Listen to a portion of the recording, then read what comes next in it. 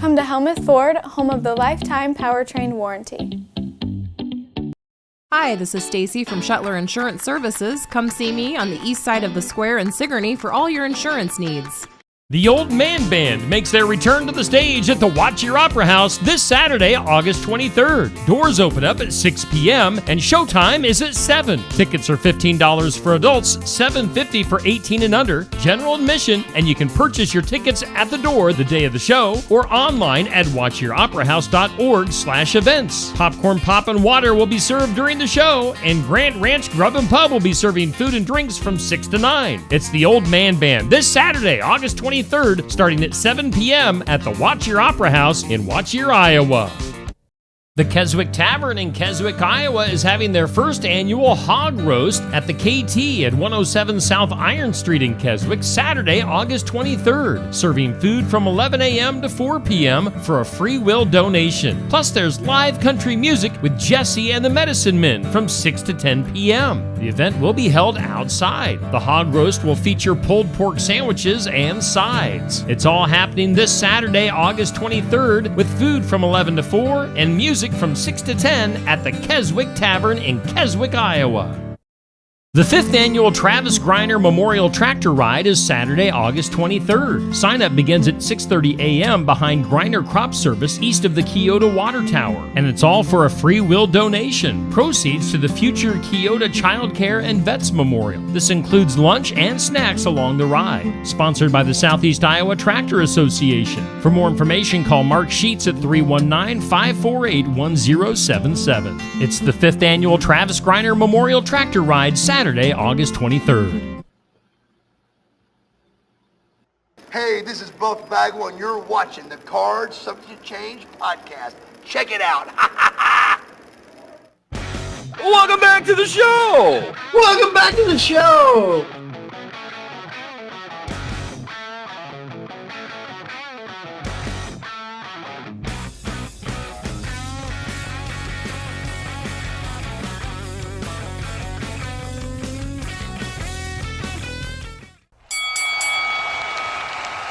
And now, your hosts of the Card Subject to Change podcast, the For Frequency's Sake Tag Team Champions of the World, the Wizard CZ, and Never Wrong Nick Bull.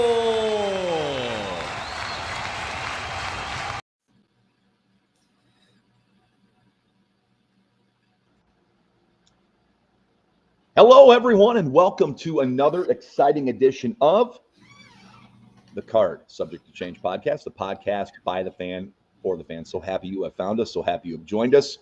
We're here to talk wrestling. Have a great time, as always. I am your host, Never Wrong Nick Bull. Glad to be part of the For Frequency's Sake Network. And speaking of the For Frequency's Sake Network and the Card Subject to Change podcast, I would be remiss if I did not introduce to you my tag team partner. We are co-champs of the said For Frequency's Sake Network. He is the one. He is the only. He is the Wizard CZ. But if he was in AAA, he would be the Wizard Doctor. Dr. Wizard. Dr. Wizard. Dr. Wizard. Yep. That's your AAA gimmick. You're Dr. Wizard in AAA. That works for me, man. That works for me. You hear me loud and clear, okay? Yeah, you sound good. You look good. Well, that's a given. That's a given. The sun comes up in the east. What you just said, the sun sits in the west. That's just a given, right? Absolutely, man. And you know, we've got a great show lined up. Before we get to that, of course, we've got to mention our fantastic sponsors. We are powered by Lopez Pizza, built by Durham Remodeling, and colored by Ryan Allison Tattoo. And I'll just give a quick mention. The window is still open if you want to play some fantasy football. I'll throw the QR code up for a little bit. But the Toys for Tots for fantasy sake, Toys for Tots Bowl. If you want to play fantasy football, I think our leagues are almost full, Nick. I know mine is. I think you maybe have a spot or two left in yours. So they are filling up fast, of course. That is the QR code that you want to scan if you want to join along, play along with the likes of Never Wrong Nick Bull or the Wizard CZ. Or you can go to FFSQC on Facebook and you can sign up that way. Correct. If you can't get in the league with us, we'll get you set up in a league with somebody else. But we are looking forward to this. We have not done this. You played last year. I'm playing this year. So this is kind of the first year the show has collectively done it. So yes, this will be interesting. Talking fantasy football. I'm doing a draft right now in another league that's going on from guys all over the country. It's been going on for the past week, and we're about wrapped up. So, yeah, it's that time of the year. It's right around the corner. And if you're a wrestling fan like myself, like CZ, and if you like football like myself, CZ, you didn't even know too much or really care too much about football. You played last year. Still don't know a damn thing. Even better. But yeah, that's make sure you click on the QR code that CZ had up earlier and or sign up on the league page. Absolutely. But that's enough about that, right, Nick? Yes, we've got all the formalities, requirements, rules, regulations checked off. And now it's time to bring in our guest. Before we bring him in, you and I know this gentleman, this individual from our time together when we worked at the TV station. This gentleman worked in a different department of the TV station, but we talked to him all the time. Of course, we all had the love for wrestling in common. And then finding out that this gentleman wrestled and has some stories to tell. Made it all even better. This guy is a great dude, a great guy to talk to. He's got a great wrestling mind. And, of course, he's a friend of ours, so he is also going to be a friend of yours if you accept him and love him. That's how I wanted to introduce him. CZ, what do you want to say about him? I'm excited to hear his stories, whether he's working TV, running away with the circus, or talking wrestling. He's, like you said, he's a good friend of ours. Let's bring him on in, Mr. Ripley Von Slam. Ripley, how you doing, my friend? I'm just trying to figure out who you guys have coming in other than me, because all those nice things. I'm like, okay. So we've had Buff Bagwell on, the Headbangers. I mean, you're right up there with those guys. No, just the whole nice. He's a nice guy and gentleman, and sure, man. Dude, he has manners and. Well, I mean, perception's reality. No, I'm just kidding you. No, we wanted to have you on, Ripley, and thank you for being here. I ask every first-time guest this when they come into the studio, and I'm going to ask you the same question. Why pro wrestling?